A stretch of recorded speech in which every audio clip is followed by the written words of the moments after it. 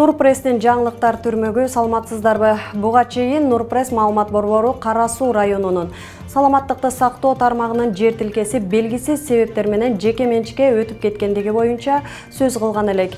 Мына ошол жеке менчикке өттү делген жердин тарых таржымалы боюнча тереңирээк иликтөөнү туура таптык.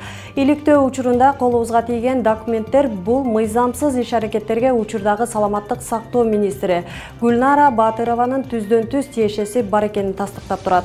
Кылаарын кылып кылжып менен бууп коюп, кар жаады, из басты тур көрсөтүп, бакыйган министрликти башкарып жатканына моралдык укугу барбы деген суроо туулбай койбойт. Министрлер кабинетинин орун басары Камчыбек Ташиевдин коррупционерлер менен күрөш алкагында мурдагы мыйзамсыз кылган иштериңер үчүн эртеби кечпи жооп бересиңер деп катуу талап койгон сөзү аталган министрге дагы тиешеси бар өңдөнүп калды. Себеби жогоруда айтылгандай, бизге келип түшкөн документтердин негизинде министр Батырова ошол кезде кылган иштерине жооп берери талашсыз. Нурпресс маалымат борборунун кийинки чыгарылышында бүт фактылар менен толуктап берүүнү туура көрдүк. Жогорку сот Ош шаарында жайгашкан Эмаком жоопкерчилиги чектелген коому курган 12 кабаттуу үйдү компаниянын эсебинен буздуруу боюнча чечим чыгарды.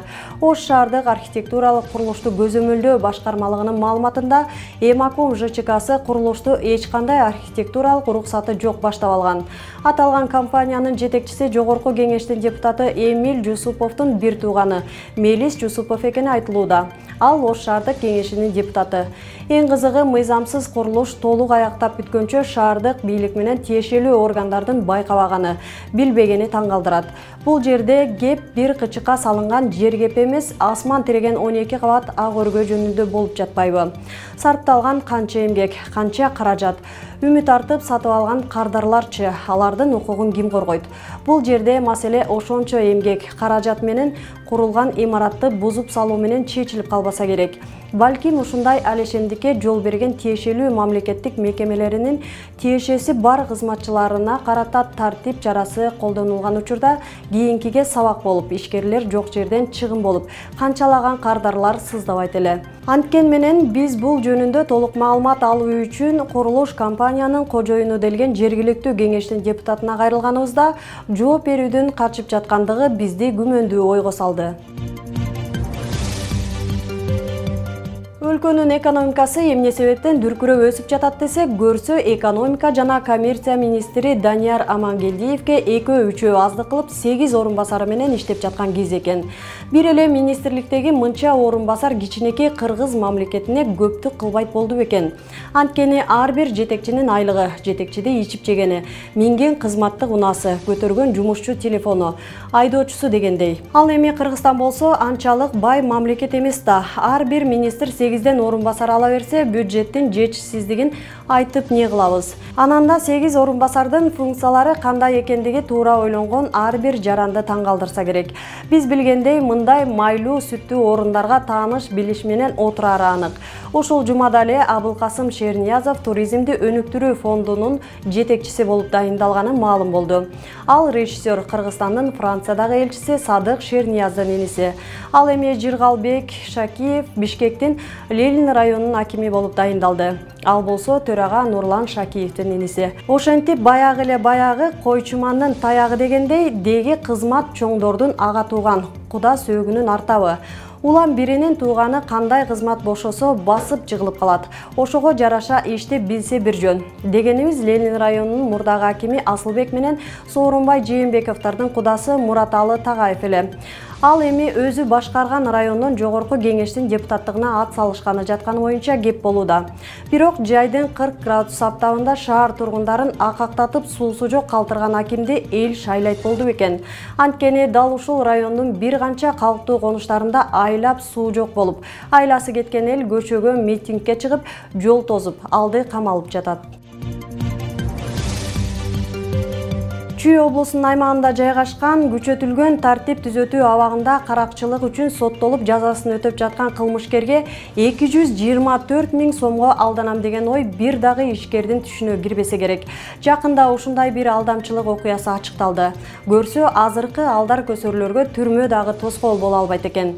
Баленин баары Панфилов районунун 35 жаштагы тургуну өзүнүн 8 тонна унун сатам деп Лалафо тиркемесине жарнамага койгондон башталган. Июнь айынын ортосунда белгисиз бир адам ага байланышып унду сатып ала турган болот. Ал тез эле ишкердин ишенимине кирип, продукцияны машинага жүктөп, Токмок шаарындагы башка кампага жөнөтүүгө көндүрөт. Ишкер эч нерседен капарсыз айтылган дарекке жөнөткөн. Ундун ээси менен сатып алуучунун ортосунда ортомчу болгон зонадагы шылуун бир эле учурда ишкерди, кампачыларды, таксисти жана кардарды дагы тузагына түшүрүп, жаш баладай алдап максатына жеткен. Акыр аягында 8 тонна ундан түшкөн 224 000 сомду таксист зонада отурган баягы кишинин эсебине которуп берет. Иштин чоо жайын ундун акчасынан куржалак калгандан кийин түшүнүшкөн. Азыркы учурда бул факты боюнча кылмыш жаза кодексинин 209 алдамчылык беренеси менен териштирүү иштери жүрүп жатат. Бүгүн сыртта жүргөн бардык кыргызстандыктарга эми мекенге кайтуучу учур келди. Өз мекениңердин өнөр жайын алдыга жылдырып, өз өлкөңөрдүн шаарын кургула мекендештер деген чакырык ташталып жатат. Акыркы күндөрү Кыргызстандын 40тан ашык районунда курулуш иштери жүрүп, шаар куруу, имарат салуу күч алгандыктан бул тармакка эле 15 000 жумушчу күчү зарыл болууда. Азыркы учурда курулуш тармагындагы миңдей компания тынбай жумушчу издеп жаткан учуру. Жеңил өнөр жайы тармагы чоң секирик жасады. Кыргызстан 5 айда 5 миллиард 100 миллион товар өндүргөн. Акыркы бир жылда Россияга экспорт 4 эсе көтөрүлгөн. Болжолдуу маалыматтарга караганда өлкөдө 200 000ден ашык адам бул тармакта эмгектенсе дагы 50 000 жумуш орундары бош. Тигүү ишканаларына буйрутма көбөйүп, бирок кесипкөй жумушчу күчү жетишпей жаткан учуру. Адистердин айтымында майда жана орто тигүү цехтери үйдө иштеген тигүүчүлөргө буйрутма берүүгө мажбур болуп, бирок алардын сапатын арттыра албай убара болууда. Буйрутма көп, өндүрүштү кубаттуулук бар, бирок жумуш күчү жетишсиз.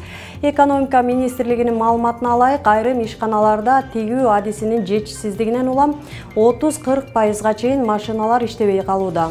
Көпчүлүк цехтер тиккенди билбегендерди да өздөрү үйрөтүп алабыз деп ишке чакырат. Эксперттер жеңил өнөр жай тармагындагы кадрлардын жетишсиздиги миграция маселесин чечиши мүмкүн экенин айтышууда. Бул тармак Кыргызстандын экономикасынын негизи болгон 6 тармактын бири болуп саналат. Анткени өндүрүм 100% экспортко багытталган.